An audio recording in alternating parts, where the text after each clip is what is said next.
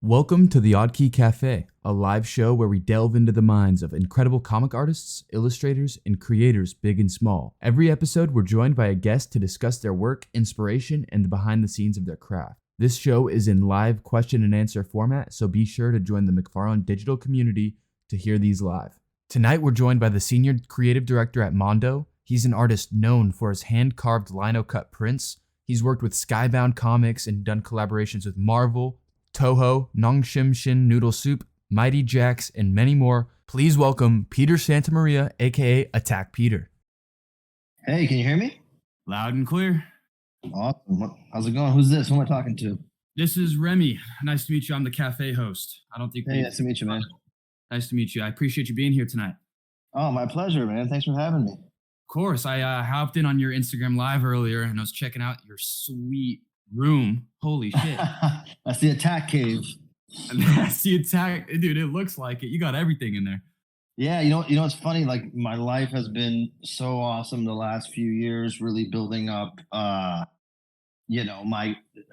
connection into this business. You know, I was I guess we're jumping right into it, but I was a teacher for 13 years and working on my art career for 10 at the same time. And I would, hope that one day I'd be able to not just be an artist at an artist alley at a convention, but, actually work in this business because I have so much love and admiration for, all of these companies and all of the artists and creatives that have worked in them for so long. I just wanted to play a little role. And one of the perks of finally not only working at Skybound Image for a couple of, really Skybound Entertainment for 2.5 years and now at Mondo, is you get cool perks like that.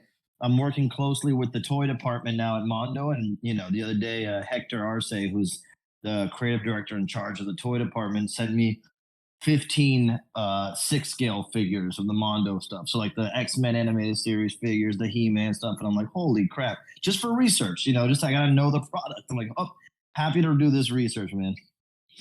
Well, sweet. Yeah, you got a lot of cool stuff in that room. Yeah, so yeah. I'm jealous. But we just got right into it, but maybe we'll back it up a bit and maybe you could introduce yourself to people just in case they're not familiar with who you are. Yeah. First of all, thank you so much to everybody in the chat hanging out. I see all you guys in there. That's amazing. My name is Peter Santamaria, and as an artist, I go by Attack Peter. And I've gotten some recognition for working as a lino cut, block print artist. So if you don't know the medium, essentially, I carve images out of linoleum, which is like a rubbery, leathery material. You might have done it like in middle school with your art teachers. And then I, roll ink on the carving, press paper onto it, and make a print off of that carving. And so, in the last few years, I've had the honor of being able to work with Marvel and DC and Image, and got to have my artwork featured on a few different Image Skybound books. Invincible, an amazing book, and over at Skybound we also got to work on the Lego comic series. So been able to take that medium, which is not normally associated with pop culture and comics, and make a name for myself because it stands out as an art style. Oh man, yeah, the lino cut is such an impressive medium. I was looking through that and it's incredible. I'd like to keep this a little Q&A format just so sure. So we'll be bringing up people throughout the night. Raw, please coming up. Go ahead, man. Hello. Hello, Ren. Hi, Peter. Hey, what's up, bro? Good. Your work are so amazing. I love your work. I see your illustrations for Godzilla. It's awesome. And I don't know if you do illustration for Gremlins. That will be awesome. I would love. I'm a huge Gremlins fan. I actually think Gremlins 2 is one of my favorite movies of all time. I just always think about the Hulk Hogan scene in the theater, and it blew my mind as a kid, the meta-ness of it all. But I would love to work on something Gremlins. I've never had a chance to do it officially. You never know. One of the great things about being a creative director at Mondo now is Mondo has access to so many different licenses that it becomes more of a which of your favorite characters of all time do you want to work on, and how much time do you have to work on them? But yeah, Gremlins to me is one of the tops. In fact, one of my favorite Instagram profiles to follow, if you haven't followed them, is Gremlins Museum. It's like this guy who's cataloging and showing all the preservation of the old Gremlins puppets, and he has a museum somewhere where they're all there. Super cool stuff, man. Raul, where are you from, man? I am from Colombia. Oh, Colombia, man, awesome. I'm in Miami, so it's like we're basically the hub of all Latin American cultures here. I'm Cuban. Awesome. I Awesome. have one more question. Yeah. What is your inspiration to create those great illustrations, or what is your reference artist reference? Yeah, most of my inspiration for my style is, funny enough, I don't look at a lot of linocut printmaking. There's a lot of amazing printmaking artists out there. I love them, but I don't look at them primarily. I look, my whole life I've been very influenced by number one, Mike Mignola, creator of Hellboy, always using lots of heavy blacks and shadows in all his illustrations to create mood and atmosphere. And then, from him, I became a fan of Frank Miller and Eric Powell, a lot of comics art when I was growing up. And then one of my biggest influence shifts came in about 2014, 2015. I took a trip to Thailand just, as a vacation. And I was blown away by the artwork I discovered in Thailand. And so much of the patterning and the scales and the embellishments and the patterns of the dots and all those things that I use quite a bit in my character designs and my interpretations of like Godzilla is really borrowed from the imagery that you see all over Bangkok and the Grand Palace. They have their demon characters and their depictions of their mythology. A lot of it's borrowed from that. And then there's a third aspect of my style that I attribute to American traditional tattoo design. So like, if you look at like Sailor Jerry and old American traditional tattoos, where it's like flash art, the way they're able to simplify images so that they're easy to read on the body over time when the ink fades. That bold image of a tattoo that, has to be easy to interpret from somebody else looking at it. That inspires my compositions a lot. I want to make an image that somebody can look at and just instantly get it. I've always thought if somebody's going to take their hard-earned money and spend it on my artwork, I want it to be like the Godzilla print or the Spider-Man print, the version of that character, the only one they need in their room, in their office, on their wall to show what a fan they are of the character. So I'm always focused on that iconic composition that I get from those influences. But thanks, man. Thanks for answering my question, and it's awesome to talk with you. Oh man, Raul, thank you so much, brother. Same to you. Thanks for coming up, Raul. Appreciate that. And if you're too shy to come up and ask a question personally, you can always type your questions out in general chat. Peter, you've obviously been doing some sort of artistic medium for quite some time. What was your original, how did you originally get into lino cut? What was that? How did that happen? Yeah, I was painting for a long time. I studied. I was classically trained as a painter, doing portraits and landscapes in a classical style. And then I became an art teacher right out of college. It was the only job I could guarantee get with an art degree.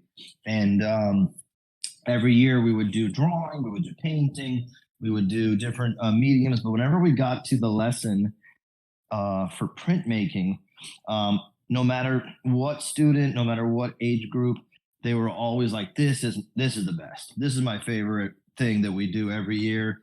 And I noticed that excitement, like they weren't familiar with it. They got excited about it. They were able to go from drawing to carving to printing. There was a lot of changes. And for me as an art teacher, I didn't have a classroom back then. They would make me roll around a little cart from class to class. And so at first I was trying to get my paintings done either on my break period or my lunch period. but I would only have like 30 minutes or 40 minutes. And so by the time I set all my paints up, put like 2 strokes on the paper, the bell would ring. I have to quickly pack up all my paint. It's a whole thing. And so I started saying, you know what? I'm going to just carry a little linoleum block around. They were like 5x7 at the time. All I need is a linoleum block, one carving tool, and a Sharpie to draw my little designs on.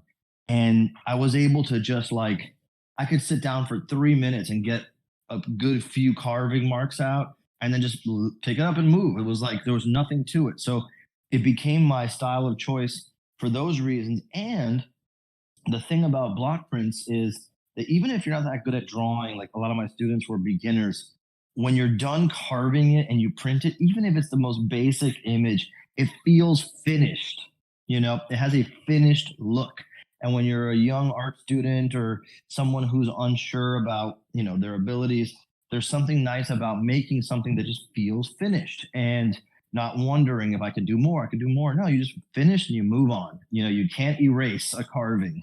So that all those things combined made it my favorite way to work. It was almost like sculpting, like the way you have to carve these images out. And then taking them to conventions. Like the first time I did a convention in 2012, I was so unsure about what people were going to think that I did a little bit of paintings, a little bit of block prints, a little bit of digital art, just to see what people would respond to. And hands down, it was the block prints were everybody's favorite.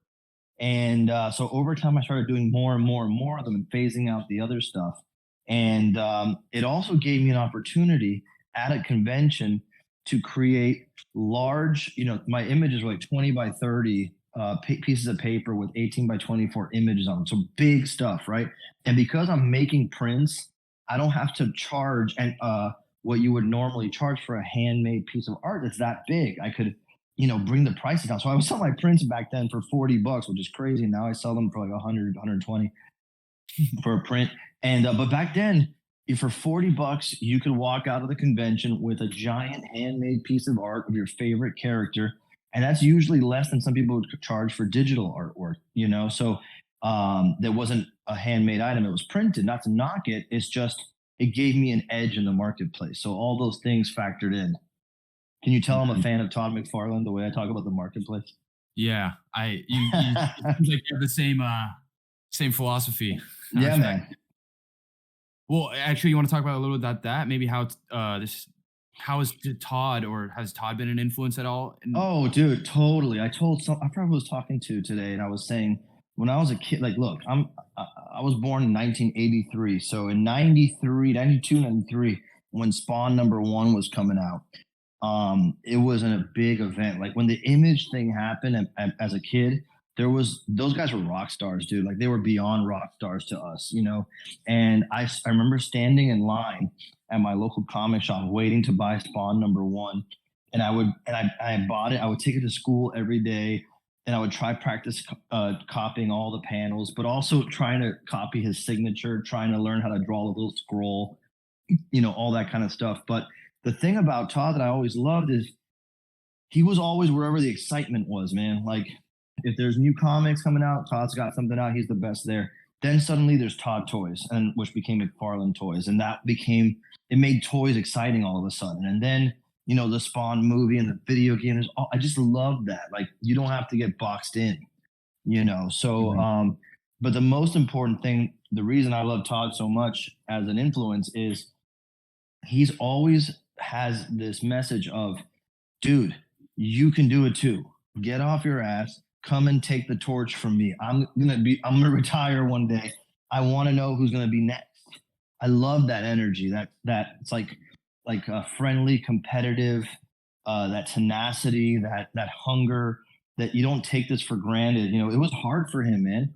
Like if you know Todd's background, he was not a killer artist when he was starting out. I got to see an exhibition of his work in New York, and you know, among all these amazing drawings he had on display, the best thing he had on display was like a Detolf shelf, like one of those glass cabinets from IKEA, filled with rejection letters from DC, from Marvel, and they would all say like he saved all of them, where they said, you know, your drawings aren't really there yet. And he, you know, he talked about how he said, well, I knew at the time my weakest thing was, let's say, drawing hands. So I said, for 2 weeks, I'm going to draw just hands, nothing else. And then my hands got a little bit better, but now my feet were really bad. So for 2 weeks, I'm going to draw feet and nothing else, And so he was like this self-determined guy. And I relate so much to that. And it's tough because, some people take that the wrong way, like you're pushy or you're, brazen, but I don't feel that way. I just want this really bad. And I always loved Todd as an example of how that can work out for you if you really want something. Yeah, he always talks about how many times he got rejected, and it's crazy. Yep, 100%. Just keep going. If granted the opportunity to work on Spawn, do you think you could pull off? Oh, dude, Lino. Oh, hell yeah. What's funny is look, one of the guys who I think is doing the best comic art right now, like consistently, and he reminds me of McFarlane in the sense that super high energy, super high detail. I think about Ryan Otley, the artist on Invincible, who's also worked on Spider-Man and Hulk and all that. And, when I got to Skybound, I was a huge Invincible fan growing up. And not growing up, I would say like when I discovered it in my early 20s, I was working at a comic book shop here in Miami, and I got a copy of Invincible. I'm like, what's this? So when I got to Skybound, my first thing was like, guys, I want to work on something Invincible related. I don't care what it is. What can I do? And the first design I did was early 2020. The pandemic had just started. I did a Battle Beast carving. And I'm like, dude, if I'm gonna do a Battle Beast, coming after Ryan Otley, I gotta bring that energy, that detail, all that. And I made this Battle Beast design that ended up being a variant cover for Invincible number 19. It was a Comics Vault Live exclusive. Shout out Big Clutch. And so it was, dude, it got approved by Robert Kirkman because it has to. It has to get approved by Ryan Otley. Everything has to get approved. And it looks killer, man, on a comic. It's like a black and white style. It still feels like it belongs there, but it feels different. And so, yeah, man, I told Todd, I met him on a train on the way to Comic-Con. Coincidentally, he was in a different car and I was walking to get a snack. I saw him there. I'm like, dude, here are all my variants. I was bringing them to Comic-Con to give out to some friends and some fans. And so, look, here's my name on the inside front cover, and your name is there too, bro. Editor-in-Chief, Image Comics. So we've already worked together. Let me get that Spawn cover, man. So we'll see. You never know. I would love to do it. Oh, that would be awesome. I think with your style of art, it would be crazy. Blaze, welcome to stage, man. Oh, What's up, Blaze? Blaze, we can't hear you. Oh, no. Hold on. He had just done mic tests because he's super excited to talk to you. Oh, sick. Yeah, I'm here. But yeah, now he's figure it out. Take your time, Blaze. Keep trying different things. Yeah, we'll get back to you. Yeah, in the meantime, someone was during your lino, you were talking about your lino cuts. Someone's curious if there's any room for error when you do that style of art, and also how many mistakes can you make during a piece like that before you have to scrap it? Well, yeah, look, there's not a lot of room for error, but the truth is, I think every single carving that I've turned into a print that I've ever done, including the ones that were used for variant covers, has an error, like a slip of the blade that I had to then, pivot and figure out how to work the design in a different way. So what's funny about it is like, that's where my years as a teacher helps me because, as a teacher, you're always thinking on your feet, things happen, supplies run out, a kid cuts himself, and you got to be able to like on a dime pivot and move. So, working on these designs, I bring that energy with me. And every single time I could guarantee you there's been a mistake that I go, oh crap. And so look, the reality is if I'm really far along and it's going to be for a design, not for a print, like sometimes I won't make prints of the carving. I'll just, use it as a cover design or whatever it is. I can digitally correct if it's that bad, but I usually don't ever do that. It just becomes part of the design, and it's kind of like this wabi-sabi thing to, heart to that Japanese term that's like, finding the perfection and the imperfect, the beautiful and the imperfect. And it's part of it, man. That's part of the charm, I suppose. It's a handmade thing. It's crude tools. Yeah. Blaze, I think your mic was working. Hey, what's up, guys? How you doing? Hey, Blaze. Attack Peter, huge fan. I'm like fanboy and geeking out right now. Oh man, awesome to talk to you, brother. Yeah, I got the Skybound. I always say the word wrong, but Daruma. Did I say it right? Oh yeah, the Daruma, you got it. Yeah. Awesome. I love that thing. And it's so big. I was like, oh my gosh. Yeah, I told people it's like the size of a human head. It's huge. Yeah. And then I have the Godzilla Mondo. Oh, sick. And if anybody wants to ask more questions and cut me off, let me know. I was like the little like intricate design questions because it's really funny because I have the Godzilla in my office and my 4-year-old loves to take his tail off. Oh yeah, it's magnetic. It's safe for kids. And so when you were when they were like designing, because did you design that tail piece to like click on and click off, or no, that's too intelligent. Like that's really like highbrow stuff. So I have to give credit to the amazing folks at the Mondo Toy Department who amazingly I now get to work with and be a part of every day. But yeah, that's the toy engineering that I just love learning about. And look, Godzilla toys, and specifically, they're a funny thing. You know, they come in boxes and the tails are usually detached if you buy them at a certain size because it's so big if you leave the tail on, right? So, but most vinyl toys, you like heat up the tail and you just push it into the hole when it's soft. It's a whole thing. But this one, they're like, what if we just make it a magnet so you can pop it on, pop it off, no big deal.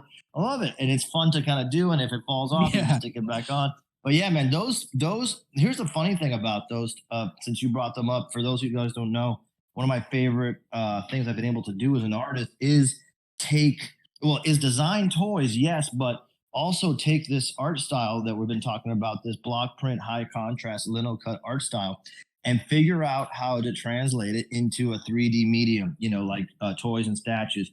I'll tell you, honestly, that a lot of people turned me down early on. They're like, it's not going to translate. It's not going to work in 3D. It looks great in 2D. We love your work. It's just not going to make sense in 3D. Big companies, I'm telling you, told me that. I'm like, oh man, too bad. I guess it is what it is. And then I get to Skybound, and right off the bat, you know, we said, let's try it. And we got to work the Daruma, the first one I did, the one that you're talking about. We got to collaborate with Mighty Jax, who's one of the best producers of vinyl toys, period. And they produced that Daruma for us. You can still actually, if anybody ever wants to see one, you can still grab them in the Mondo shop now. But the Daruma was like this concept, like this proof of concept, like it can be done. And it doesn't even have to be in black and white, and it'll look good in color. And so based on that one, you know, coming out, people are like, wow, this just looks cool. You know, it's got these carved marks in it. It's got smooth areas and like pattern and texture. Then, you know, Mondo so graciously, after we were able to sell out of so many, you know, Godzilla designs I did with them, they're like, let's, like, you know, and the funny thing is I was on an Instagram live right after the first 3 posters I did with them sold out. My first ever Mondo posters, it was a big deal. And my Instagram blew up all of a sudden. I went on Instagram live and I'm like, holy shit, thank you guys so much. I did not expect this, you know? And as soon as I started doing that, like the guys from Mondo were jumping in the Instagram live stream, I guess just to watch the reaction. I don't know. And I see the guys who work on the toy side of things, and I go, oh shit, there's Hector from Mondo. I go, everybody in the chat, let them know you want to see an Attack Peter Godzilla figure. And everyone in the chat was going, yeah, make it. We want to see him make it. And dude, to Hector's credit, he immediately after DMs me, he goes, let's do it. And so we got to work on it. And dude, it is such a cool figure, not even just to toot my own horn, just they really did the work on this one. I designed, sure, how he looks, but they had to figure out the translation, and the photographs they put out advertising that it was coming out. They break your brain because they look like 2D prints, the photographs, the marketing materials. And so it sold out, you know, 2,000 of them, and people love them and they have them in their collection. It makes me so happy, dude. Wait till you see what we have next in line, not only from the Godzilla series, but when you see Takaro, the figure I designed of my own monster coming out from the Kickstarter, you're not going to believe it. It looks insane. Are we getting a Takaro figure? Oh yeah, it was part of the Kickstarter, and but we're gonna have more available and more colorways available. But yeah, stay tuned, man, because it's awesome. It's bigger than the Godzilla. It's articulated. It's got all his tentacles move, his head moves, his waist moves, and you have a clear dome you can pull off and put on. Anybody listening who wants to see it, you go to my Instagram at Attack Peter, it's one of the top 3 pinned posts. You can see it right there. Oh, that's awesome. Dude, Blaze, thank you, man. I appreciate it, dude. Absolutely. Couple other. Can I still ask more questions, Rim Dog? Yeah, dude, take your time, man. Go for it.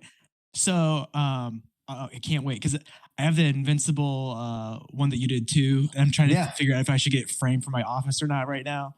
My kids are like 3, 4, and 6. But I'm like, it's him ripping his spine out. I posted it in the chat if you guys want to see it because you were talking about like I want it to be. It resembles like the piece, and it's just like, so sick.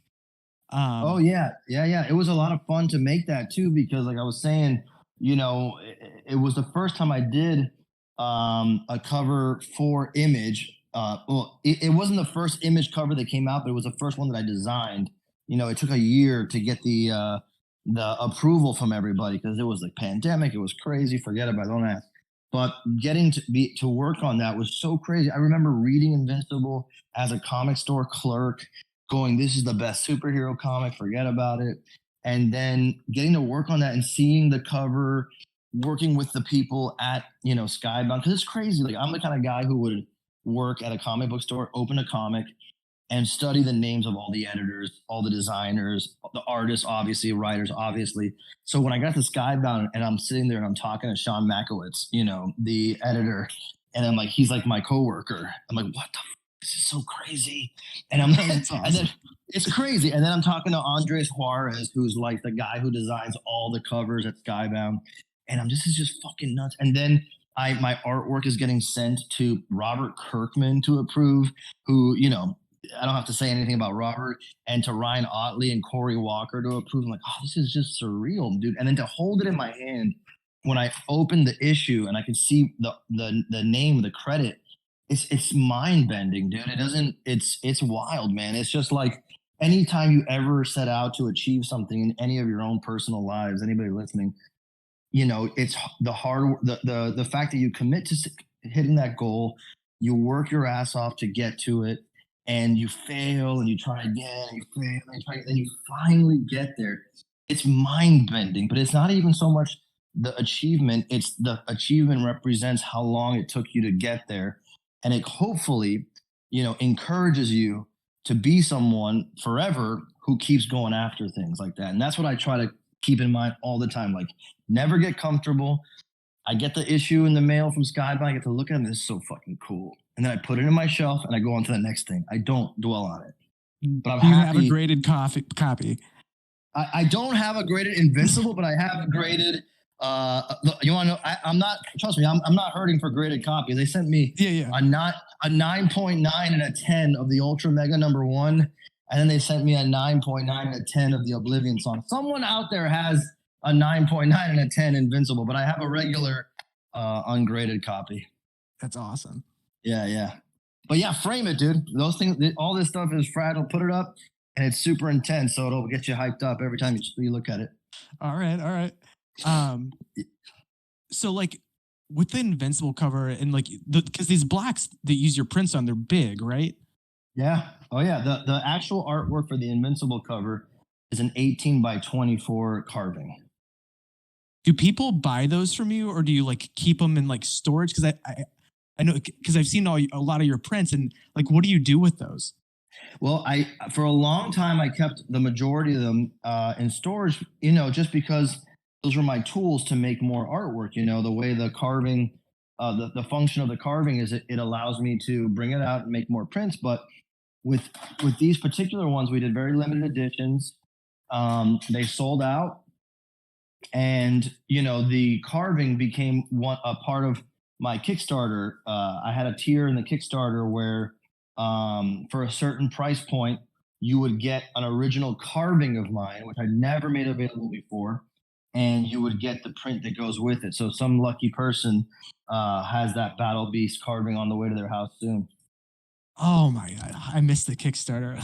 Kicking myself. It was crazy. No, don't. The good news is anybody listening to this is still, as far as I'm concerned, ground floor. Like, you know, we just launched an IP through a Kickstarter, which is crazy. Like, it's a Skybound IP. They got Invincible. They got Walking Dead. They got, you know, a bunch of other characters, but they got Takaro too.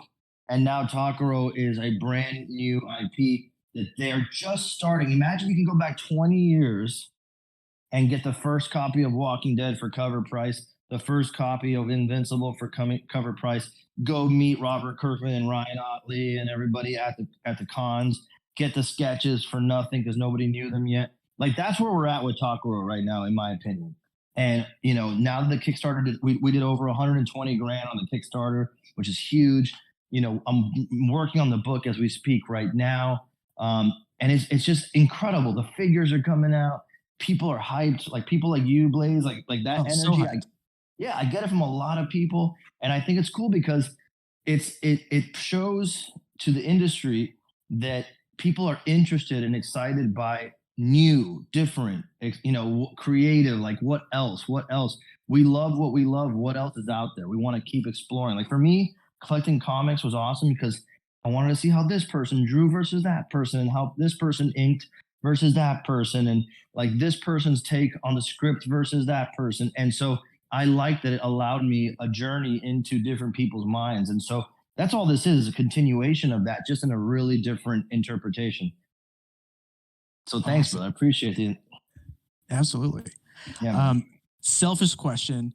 Will Tell you me. ever have like a large Attack Peter? Because I'd love something on like my coffee table that has like all your like pictures of all the prints. Do you think I'll ever get a coffee table reader like that? Yeah. Well, the first thing that's going to be available to anybody who wants it is the book, Takaro, The Last Dorok, that I'm releasing through Skybound and Image. That's coming out. That was what the Kickstarter's for. There will be extra copies for sure. It's not just exclusive to the Kickstarter, but that is literally started off as a collection of so much of the artwork that I was doing for Takaro. It's basically world building, creating an alien planet, different kaiju, the species, what they eat, where they live. What about the other aliens on the planet that aren't gigantic? Their religions, their civil wars. So I'm building out this giant story that not thinking about it for years. And I go, you know what? We should collect it as an art book. And then we started thinking about it. I'm like, you know what? If I make a few additions here and there, we have a story. Let's launch it as a universe, as a story. So the first ever Attack Peter book that's going to collect tons of artwork is going to be that one. That's hopefully going to be shipping this year. But yeah, after that, I think there's going to be some Godzilla stuff next year. I've done so much work with Godzilla. There's definitely going to be a book on that. And then from after that, it depends. Whenever you do an art book that has different characters in it, you got to get permission from everybody who owns those characters. But yeah, I can see it happening for sure. Awesome. Can't wait. And I'll save some spot on my coffee table.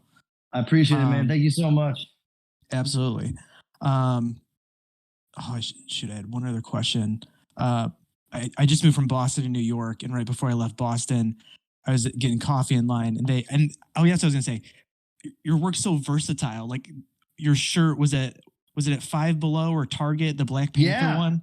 Yeah. That was funny. I did one of my first gigs, first professional paid gigs, like in this industry. I think it was 2018 or 2019 with Marvel, and they paid me for three or four different designs, and it wasn't to make prints. It was just a design, my take on the characters, and they used them for shirts and all kinds of stuff. Yeah, they had them at Five Below. You can get them on Amazon, I think, if you type in like Marvel lino cut. They don't have them by my name, unfortunately, but if you just type in like Marvel lino cut t-shirt, there's an Iron Man one, a Wolverine, a Black Panther, a Spider-Man, and then Sideshow Collectibles partnered with me, and we were able to release as prints as well. I think they're all sold out, but you can always check on Sideshow's website. You just search Attack Peter.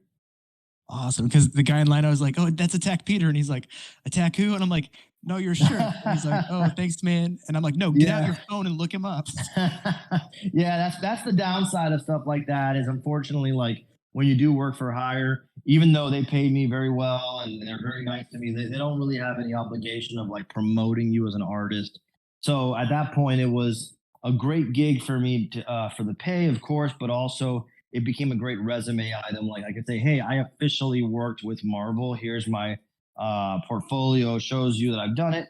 And then, that kind of stuff helps give me momentum to get the full-time position at Skybound, to get a full-time position at Mondo. Because, you know, as an artist, man, like, it's hard out there, dude. If you have an artist that you love, you know, people say it all the time, but support them in any way you can, because not most of them are not salaried employees. You know what I mean? They're doing freelance gigs. They're going, you know, gig to gig. Some of them are crushing it. You don't have to worry about them, and some of them are just trying to make it. So for me, it was always important to get a salary, a paycheck, health insurance. And I've been lucky enough that, you know, I got to work so far with two of the greatest companies out there, you know, as an employee, you know, as an artist in residence at Skybound, and now as a creative director at Mondo. Awesome. Well, guys, thank you so much for letting me come up here. Just really great getting to talk to you, Tech Peter. So thank you. Yeah, man. And then, because I'm still in a lot of shock today after I see Big Clutches leaving Skybound. Yeah, it's the end of an era. Yeah, wild. But can't wait for it. When is it? I can't say it right. Is it Takaya? How do you say it? Takaya? Oh, yeah, Takaro. I just imagine Takaro. imagine a taco and sushi, like a taco roll. Takaro. Awesome. Yeah. Can't Awesome, wait. man. Hit me up on Instagram, dude. We'll stay in touch. Yep, most stuff. Thanks, Tech Peter. All right, buddy. Thanks, Dog. Thank you. Yeah. Appreciate you coming up, boys. Always nice for when people come up and get involved. Oh yeah. So Peter, I was just curious, how did the relationship, you said that it started out from an Instagram live, but how did you come on as a senior creative director for Mondo? Dude, so the cool thing about working independently for a while is that I was able to meet so many representatives from so many companies, you know, who produce the stuff that I, as a fan myself, love, you know. And I was lucky enough, I got a chance to go to San Diego Comic-Con in 2019. I was sponsored by a nonprofit organization. I applied and I was selected, and they flew me out. They gave me a free booth, the corner booth, a hotel, the whole deal. It was a life-changing event. And I was like 2 aisles down from Mondo. And, you know, I got to meet the guys at Mondo. They saw my artwork and they loved it. And they asked if I want to work on, you know, stuff. I said, I'd love to work on Godzilla. Do you guys have the Toho license? That was a joke of the weekend, because it was the one IP I couldn't find anybody stateside who had that IP, you know, the rights to it. And so I would just ask people who wanted to work with me, like, hey, do you guys have the Toho license? They'd be like, no, unfortunately. And I go to the next company, hey, do you have the Toho license? Oh, no, sorry, unfortunately, we don't. Until finally Mondo shows up, we're talking, and I go, man, I'd love to do Godzilla. Do you guys have the Toho license? And then Rob Jones from Mondo, if you know him, he's this really tall guy. He looks like a character from a Quentin Tarantino movie. Long blonde hair on the sides, bald on the top, big chop sideburns, deep voice. He goes, we have the Toho license, like a movie. And so we decided we said we're going to work together, you know, release 3 posters the following year. It was supposed to be for a big Godzilla art show in Austin at South by Southwest. And then the pandemic hit like the same week, so it was canceled. But the posters released, they sold out like in split seconds. And then I did like 7 or 8 more, did the figure, became friends with the guys over time, working with them so much. And at some point I decided, you know, like, I love working at Skybound. I love everybody at Skybound, but I think Skybound's a great place for Takaro and the IP to keep growing.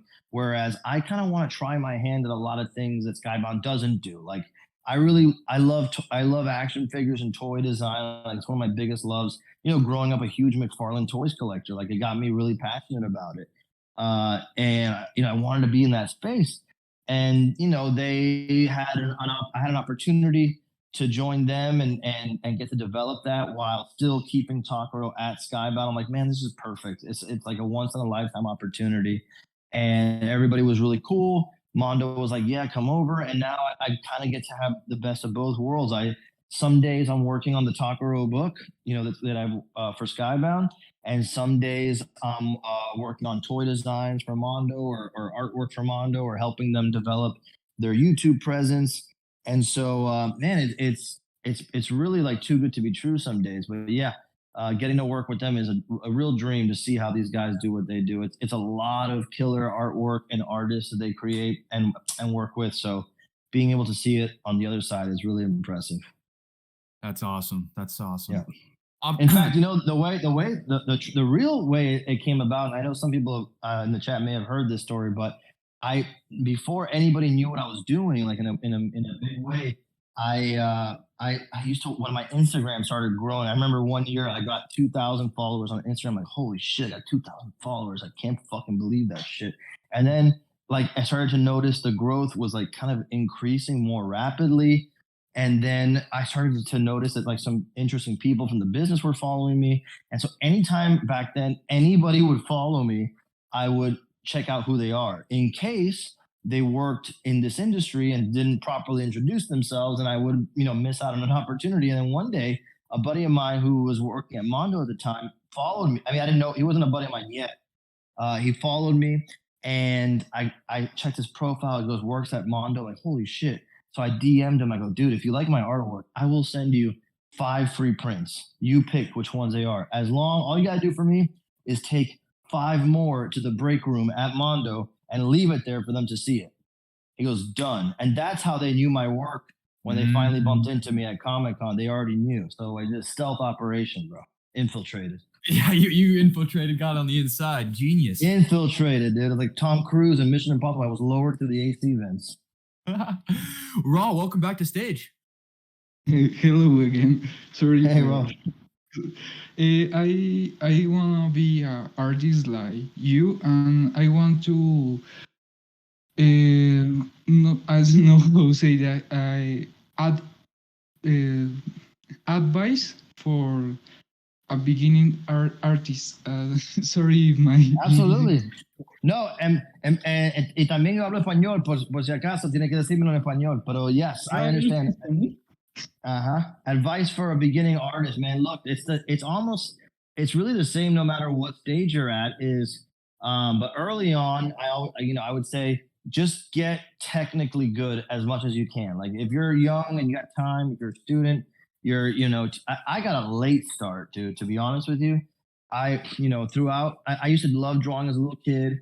Then as I got older, I realized, look, I was I topped out at 5'5". I was never going to be tall. I was pretty fat as a kid. No chicks were paying attention to me. And I realized that, what, I could get more chicks learning how to play guitar and being in a band. So I dropped all my art and I started learning how to be a musician and playing in local bands just to get girls to pay attention to me. And I did that forever. Even in high school, I would ignore my art teacher. I didn't care. I mean, I did it for fun, but I wasn't taking it seriously. In college, I was in a band forever. And when the band finally broke up, I said, oh, now what am I going to do? And I started, wanting to focus my energy on something independent, not have to rely on 4 other people in a band. And so that's when I got back into drawing. So I really didn't take it seriously until I was like 21 years old, And so that's a pretty late start for someone who's going to end up being a professional. But I got obsessed and I became really focused on technical skills. So I went, back to school and I started taking any kind of drawing class and portraiture and painting and pencils and all that. Nowadays, everything's on YouTube, but back then it wasn't. And I just became obsessed. I have like an obsessive personality. When I have a goal, I just get focused on it. And obsessed, focused. And all I wanted to do, people would tell me things like my former bandmates would tell me like, hey, you should just try music again because, you're really good at that. You're not really good at art, unfortunately. Like you don't have that many, that's not your gift. Your gift is music, not art. And I went back and like, oh shit, I'm never going to make this, but I just love it. I was so inspired by, I had rediscovered my love for comics in my early 20s. The Spider-Man movie came out and I started paying attention to the comics world again. Ultimate Spider-Man was out. I was buying all my old Spawn comics again. It was crazy, dude. And I was like electrified by Mike Mignola and Hellboy.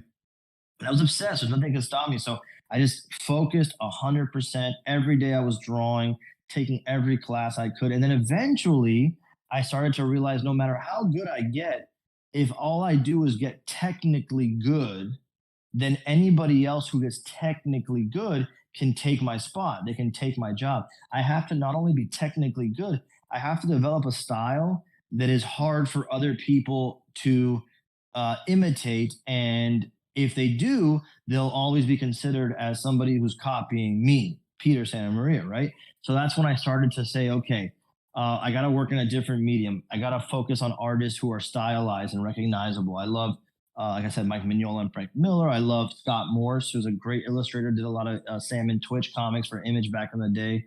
And artists whose style, like you knew it was them when you saw it, and over time, started working and getting those different influences that we talked about earlier, and then taking them outside. Like instead of like, if I like someone who draws, don't just draw, take it to a different medium. Like, so now I'm inspired by illustrators, but I'm carving. I'm inspired by tattoo artists, but I'm not doing tattoos, I'm carving. I'm inspired by the art in Thailand, but I'm not doing Thai imagery. I'm doing, pop culture. So it's like making a smoothie, like you and I could take the same ingredients, strawberries, bananas, blueberries, but we're all going to mix them up in a different way and get a different result.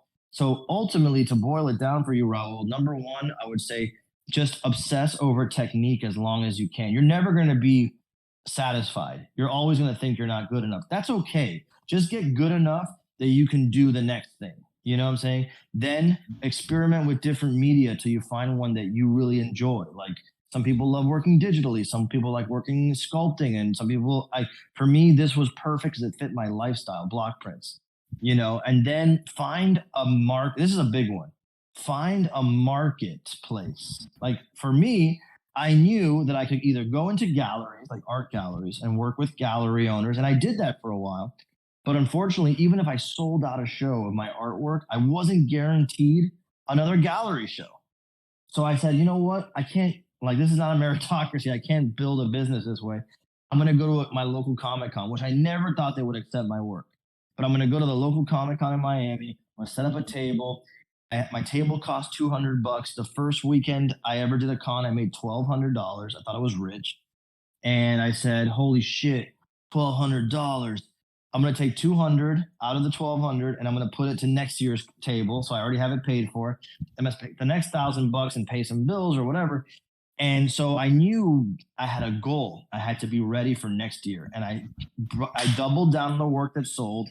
I cut out the work that didn't sell as well. And the next year I made $2,200. I'm like, holy shit. Like this is a formula. It's working. And then I said, oh, there's another convention at a nearby city. So I'm going to now go to Orlando and Tampa and Miami. And now that's $2,200 here, $2,200 there. I made $6,600 this year on art alone.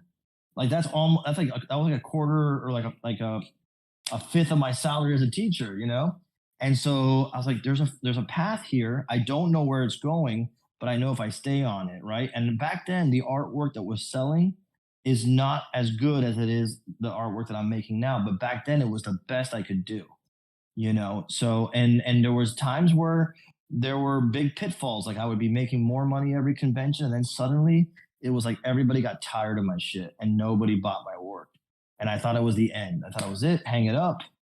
Or everything was going really good while things were going good in my life. But then I would have a breakup with a girlfriend, or I would have like a death in my family. And I was like, so depressed. I couldn't focus. Like, fuck art. I'm not going to do art anymore. But, somehow I just wanted it so badly, and I tell people like part of the weird thing in my head was that I was in my whole life, I've always been so lucky. I would luck into situations like, dude, another day I'll tell you the story about how I had dinner with Guillermo del Toro and Ron Perlman by myself. And then I was on the set of Pan's Labyrinth in Spain. And I was like 20 years old. I had no reason to be there, but I was there. Those things would happen to me in my life. Like I would bump into famous people or like find myself working with somebody important. But for so much of my life, I had no skill or trade to say, look, now that I'm talking to you and you think I'm not a crazy person, look at the work I can do for you. I spent so much of my life saying, fuck, I had nothing to offer. So I knew that eventually if I just created a skill for myself and worked and invested in myself, that these opportunities would pop up again and again, but this time I'd be ready, And so I guess that's a long way of saying develop your skill, find an audience that you want to make work for, right? You can make work for yourself. And if people like it, great. And if they don't, then that's up to you to continue doing it or to divert in a different direction. But also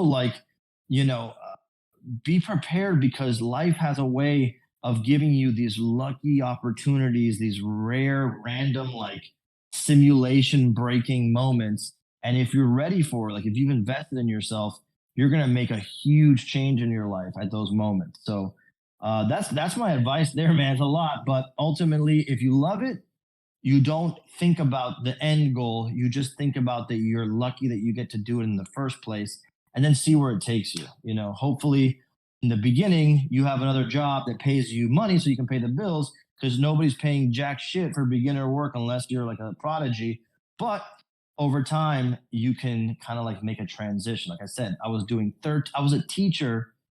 I was still a teacher when I met Mondo, right? So I didn't quit my job as a teacher until Skybound said, "Hey, we want to make you a full-time employee."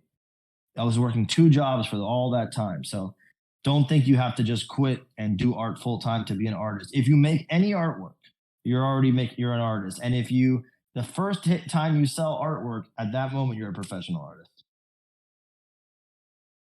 Hope that answers it. Thank you so much. That is so inspiring for me. I Awesome, appreciate bro. that. Yeah, man.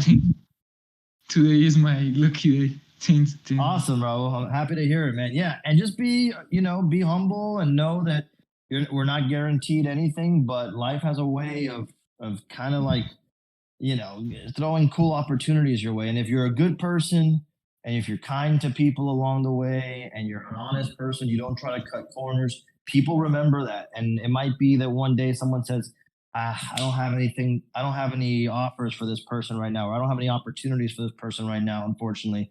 But then, they're a great person.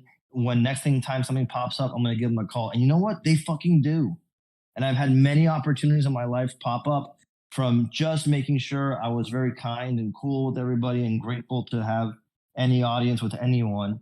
And people come back around and go, "Peter, we love you. We want to work with you, dude." And I'm like, that is an important thing. You never know who you're talking to. You never know who's, somebody's cousin or friend or assistant or whatever. So not only is it nice to be a nice person and a kind person just because, but also you never know what bridge you're building or burning.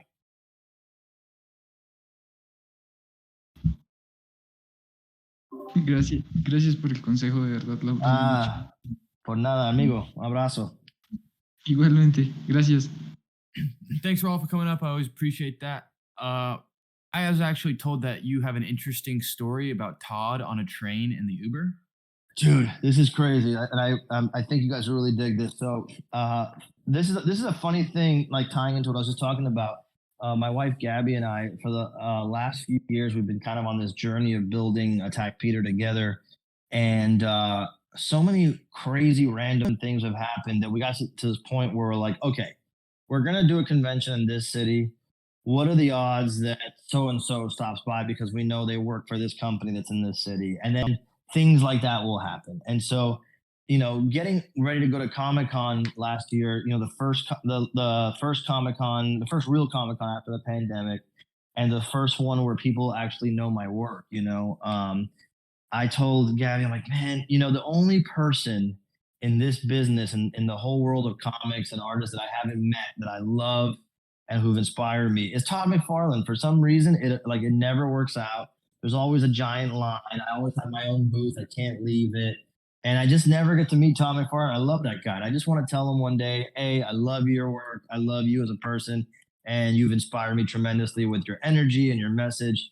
And I like doing that. I like closing circles. Like if somebody inspired me when I was young, and now I have an opportunity to meet them as an artist or a professional, I just have to tell them, hey, thank you, because your work 20 years ago lit a fire under my ass that allows me to make work and feed my family from it. So thank you. And so I had the fortune to do that with so many people that I love. Never had the chance to do it with Todd. And so I told Gabby, I'm like, watch, this is going to be the trip where we fucking meet Todd McFarlane. I don't know how, but it's just going to happen. And so, we're on a train from LA to San Diego. We were in LA doing some work with Skybound. And then we got on the train to head down to San Diego. And I'm on the train, super nice. I was sitting there making plans and answering emails. And Gabby goes, "Oh, I'm so hungry. Why don't you go to the food cart and see if there's anything to eat?" And in my head, I'm like, I don't want to get up right now. Like, just keep working. But I'm like, okay, I'll get up and I'll go get some food, right? So I get up and I walk down to the next car, literally the next car, and Todd McFarlane is just sitting there in a seat next to somebody who has no idea who he is, and he's just like sketching on a little sketch pad. I'm like, what the? Or like an iPad or something. I'm like, holy shit! And I literally go, Todd McFarlane, like that, and he looks up. He goes, hey, what's up, dude? And I go, oh shit, Todd McFarlane. I'm like, wait, right here. So I go back to Gabby. I go, Gabby, can't get to the food right now. Hold on. Let me get. And I just happened to have my backpack with me that was full of my Image comics that I had done the covers for. I'm like, what the? And I had the Takaro figure that we were going to promote for the Kickstarter.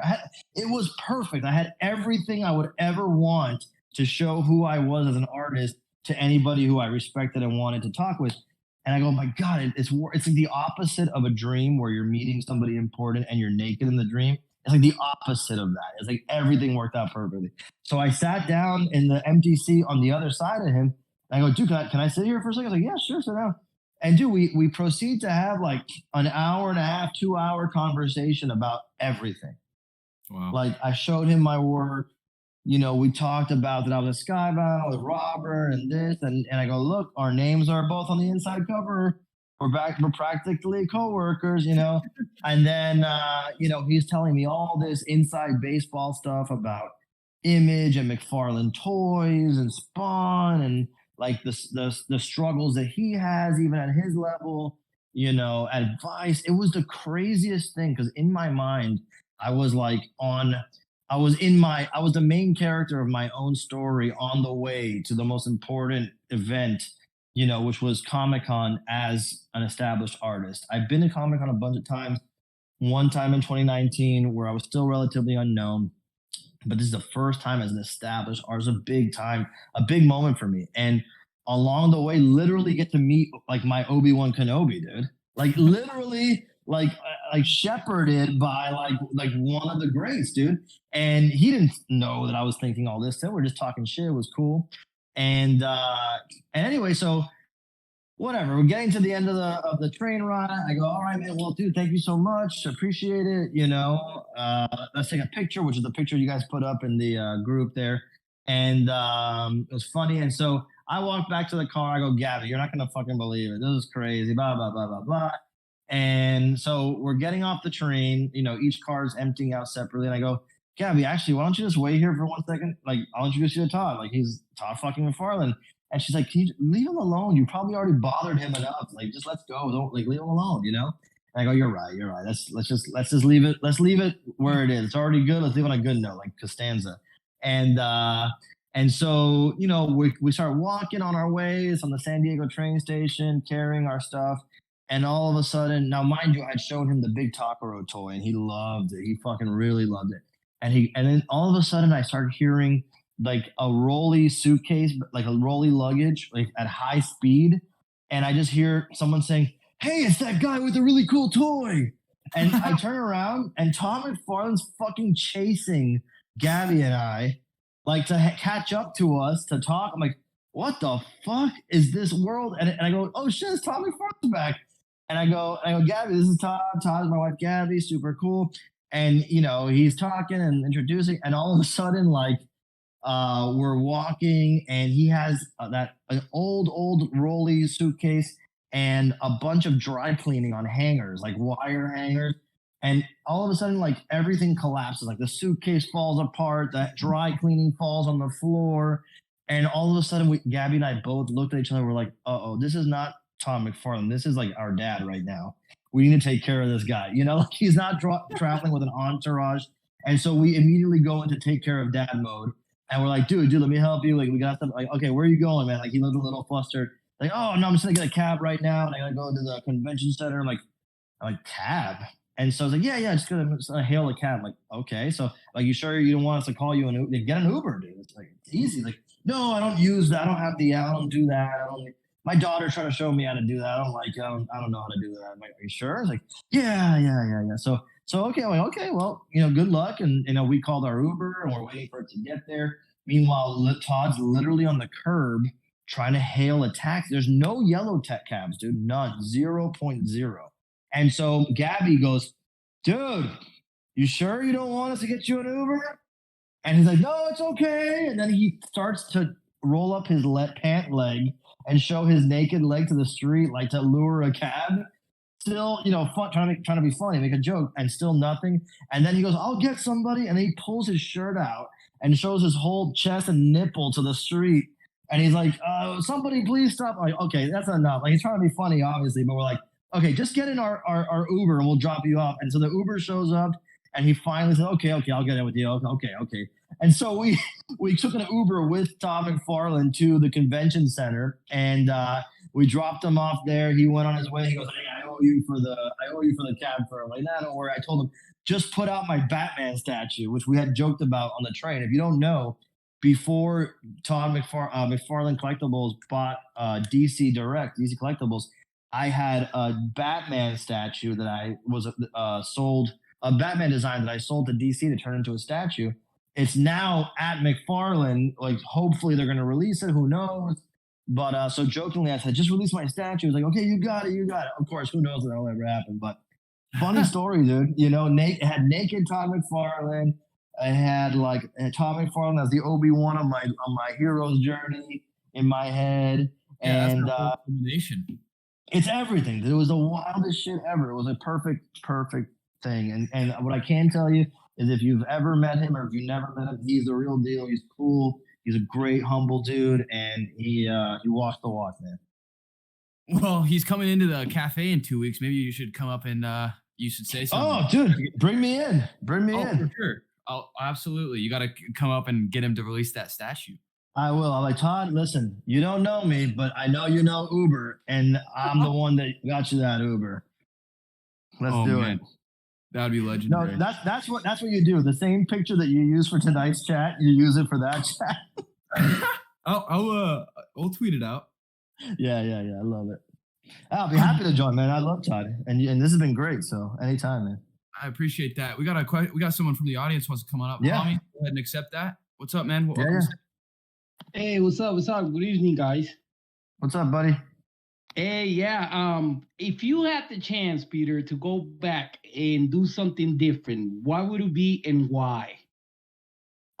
Dude, honestly, the one thing I would do differently is I wouldn't doubt myself so much. I'm pretty stubborn, headstrong person. Like, I usually just commit to what I want to do. But for a long time, I believed all the shit I was told, like, you can't be a successful artist if you live in Miami. You have to live in California or Portland or New York. Those are the three allowed cities: LA, Portland, and New York. The other thing I was told is, hey, we love your work, but it's too artsy, and nobody's ever going to buy this stuff in the mainstream audience. So you'd have to change your whole style. And then I was told, you shouldn't pursue opportunities. You should let them come to you. It's kind of rude if you go up to people and ask for an opportunity. You shouldn't do that. So there was a time in my life where I would listen to all those things and just think, well, it's just not going to work for me. I can't leave Miami because my family is here. I have old grandparents. My mom will fucking be so depressed if I move out of this city. I can't do it. I got to just stay here with the family. And I guess I'm just going to be, happy to be a fan. And that's fine. I love being a fan. I just wish I could contribute. But I would have, if I could go back, I would have shaken that off a lot earlier. Because literally, the second that I said to myself, you know what, dude, fuck this. If you fail, you fail. But you could be on your deathbed one day and regret the things that you didn't try. You very rarely regret the things that you do and didn't work out. It's the things that you didn't do and wonder if it would ever work out. I always recommend to my students when I was a teacher and to people who are struggling, I'm like, dude, go on YouTube and watch deathbed interviews. It's always the same. They always say the same shit, dude. Wow. And one of the things they talk about is, like, I wish I would have tried this. I wish I would have been so scared to do that. So, when I finally committed to myself, I'm like, dude, I don't care if everybody thinks my shit's weird or this, that, and the other. enough people like it that I think if I went to every city and did a convention, if only, 25 people in every city liked something, that's still a shit ton of people. I could build something off of that. And I started just talking to myself positively instead of negatively. I started saying, I don't care if I fail, I'll fail. If I fail, I fail.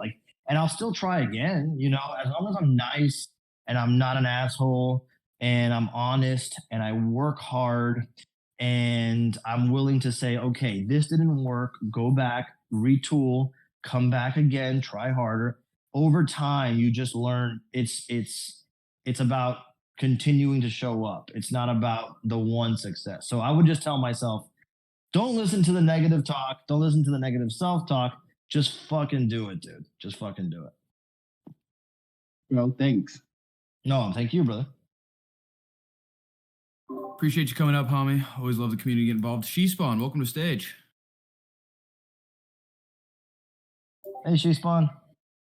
Thank you for being here. The first thing I want to ask is, are there any new up and coming artists, especially in the Miami area, that you admire or that you're starting to see their work and see that they could become something? Why I ask is I've got a brother who is north of you a little bit in Parkland. Oh yeah, yeah, and he really enjoys art and the art scene, and Yeah. he just moved there last cool. year. So, I thought maybe I could get some pointers on who, in that area he might like to look for. Yeah. I would tell you, instead of other artists, I would tell my advice would be go to every local Comic-Con you can go to, any local art show. Nowadays there's a lot more of that. When I was coming up, there was not so much, but nowadays there's South Florida area has multiple cons every year. There's there's local businesses. There's actually a place in Broward County, probably closer to him, called Flynn's Arcade. It's like an actual arcade that has art shows and stuff like that. And one of my favorite, local Miami artists, she was also an assistant for me for a while. She was helping me do my prints. Her name is Andrea. She goes by Andius on Instagram, Andiius. She also does block prints, but she does a lot more anime, manga, Pokemon type stuff. And but she's making a lot of waves for herself here in Miami and the South Florida area. And she always seems to know where to be in South Florida to make things happen. So I would say look for events, community events and meet people there. That's the best thing. And then look up Andius. Yeah, I'll have him do that. It sounds like he'd love to see her work too. Oh yeah, totally. Yeah. Well, thank you. That was just a quick question I had, and I appreciate it. I'll leave the stage and let somebody else on. Thank you so much. Yeah. Appreciate you coming up, She-Spawn. I know we're over the hour here. I don't know how much time you want to take up, Peter, but I appreciate you being here. Up to you, man. I'm hanging as long as you guys want to hang. I'm here. I committed. I canceled all my big plans. I'm kidding, man. I don't do anything on Friday night. Archive. I see you going off in chats, showing off that crazy collection. Welcome. Oh yeah. I've been trying to narrate visually as Peter babbles forever. So, how do you have a? Where's the chat? Oh, the general chat. I see. Yeah, you should be able to talk and look at chat at the same time, Peter, so you can see what people are saying. Oh, that's cool. I didn't know that. Next time, I'll look at it. Dude, I've been spam posting pictures of prints. Oh, I just found out how to do it. Yes, I found out how to do it. Cool. Yeah, Archive is Raph, a good buddy of mine who discovered my work earlier on and has been a big supporter. So he's got more. I would say he's got more work of mine than I do, and that's why I nicknamed him the Archive. But I appreciate it, Raph. You're the man. Because I have been to Peter's house, and I can confirm that I actually do have more of his work than he does. Yes, it's true. It's true. No, Thanks, but brother. I've been telling folks, sharing a lot of the what I call the pre-legal phase of Prince and Oh art. yeah, yeah, As yeah. you were talking about, kind of the guy who asked about like advice, like how you got started, and telling folks like, yeah, like you just made this work, fan art, I guess you could call it. Yeah, yeah, totally. We don't talk too much about that stuff nowadays, but Well, that's you know kind what it of was? To your point, you know what it is that like there was a long time where I couldn't get anybody's attention, dude. And it was Yeah. I had to make artwork that I could look, I loved the stuff that I was making. It was fun for me. At the time it was really just a hobby. Like not a Right. hobby, but it, a little more than a hobby. It was like, hey, this is fun. I'll make some money on the side. And whatever happens, happens. But when I made artwork based on characters that were like really popular or that were trending, like, hey, a new Star Wars movie came out, do some Star Wars artwork and then ride the hashtag on Instagram. People are searching that hashtag and then they'll find more likely that they're going to find your work. So it's like that was my strategy for a while. And that's eventually like, I did get a couple of cease and desists early on, but then over time I started getting hired instead. So the same work that was getting me in trouble ended up getting me jobs. So yeah, that's I think to your point, Raph, that's 100%. And I would recommend it to anybody else, dude. Do what you got to do to get noticed, and then as soon as you can get some official work and a regular pay, go that route. Right. Thanks, bro. And I think it'd be good to tell people that even before the prints, right, all like the paintings you used to do, that like how your style was so vastly Yeah. different prior. Yeah. And I guess it'd be interesting for people to know like how and why did you transition from that type of art and then the actually moving into the block print and then Yeah, it's a great point. There's I mentioned it briefly earlier on in the talk, but yeah, if you scroll down all the way down my Instagram, you'll notice that the style totally changes. And I was doing gouache paintings. It's kind of like a thick watercolor meets acrylic, and I was doing mostly paintings because a lot of my influences back then were painters, and I was trained as a painter. And then yeah, like as a teacher, it was so much tearing down and setting up in between classes. If I wanted to try and do some artwork, in between my classes, it was untenable. I never had enough time to set up my palette, to set up my paints, to set up, brushes, all this. And so over time, I started shifting, doing more block prints because, dude, I could take a piece of linoleum. It was like so rough and tumble, way more my personality style. Just grab one carving tool, grab a Sharpie, and just anywhere I was, I could do some artwork. And it started to fit what my lifestyle was. Instead of me trying to force a round peg in a square hole, like I'm going to paint in a 15-minute break period. No, it's impossible. I'm going to take a little block, a little carving tool, and I'm going to do a little carving every now and then as I can. And man, it just changed everything. It was just going with the flow instead of trying to fight it. I'm seeing the whole chat now. Thank you so much, dude. This is so good. Appreciate you guys.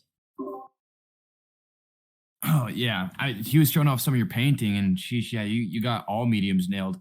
Do you ever do like anything digital, or you just like you always like the hands-on crafty stuff? No. Actually, do a lot of digital stuff. In fact, one of the things now that I'm designing a lot of toys and designing. I've in the past I would design logos or if it wasn't going to be an actual print edition. Sometimes I could just design something digitally and try to mimic the style of the block print, and just do something digitally. I also do digital like sketches when I'm preparing a composition, like in order to get approval from a company like Toho who owns Godzilla. I send them these little digital sketches. So I do whatever works for the job, whatever works for the assignment. But if I'm doing something that I want people to know it's me, it's usually going to be as a lino cut block print. That's awesome. Digital is so nice for conceptualizing stuff. Sure, totally, absolutely. Yeah. Well, yeah. and it doesn't seem like we got too many more questions from the audience. I know we're over the hour. I appreciate your time, Peter. It's been awesome. Oh, hearing thanks, man. I appreciate it. You got Appreciate great you energy, guys. great guest. I, And would love to see you, hop in and chat with Todd in 2 weeks. That'd be fun. Dude, if you're serious, hit me up and I will make the time, dude. Anytime for the Todd Father. Yeah, I really appreciate all you guys. The crazy thing I was telling someone else today is like I've never been busier in my whole career than I am in these last few months. I'm working on the book for Skybound. I'm working on the stuff for Mondo, but I used to have a lot more time in between, and we used to do lots of YouTube streams, and the YouTube streams where I would make live artwork and connect with all you guys on the live chat, and it was the most fun. And so now I'm at a point where I'm not prepared to get back into the stream because of how much I'm preparing for the book and all that. But I miss it, and I miss connecting with all you guys and meeting new people. And so I'm very grateful for all of you in the audience hanging out here, and you guys for having me, Remdog and Connor for reaching out. I'm very grateful. I love meeting new people, and I hope I can. I see you guys all on Instagram. Attack Peter. You can look me up there. We got a Facebook group, the Attack Peter Print Crew on Facebook. It's a great place to buy and sell. Some people trade and buy and sell my older work. No one really takes advantage of each other on prices there. And just look for me on the internet. Always hanging out, man. Just trying to keep this thing going. So I appreciate you guys. Man, I appreciate that. And definitely everyone go check out his socials, give him a follow, show him some love. And if anyone's if you have any final thoughts or comments for the community, let us know. But if not, we'll close it out here.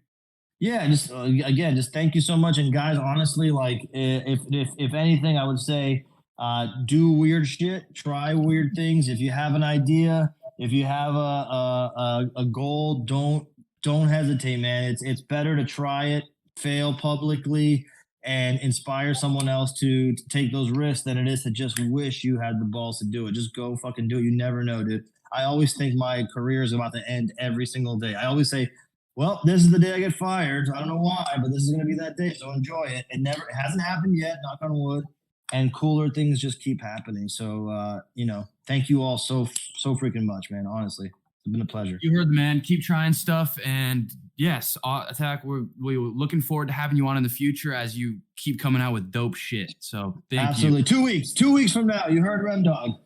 We'll see you there, man. Have a good night, everyone. All right, guys. Take care.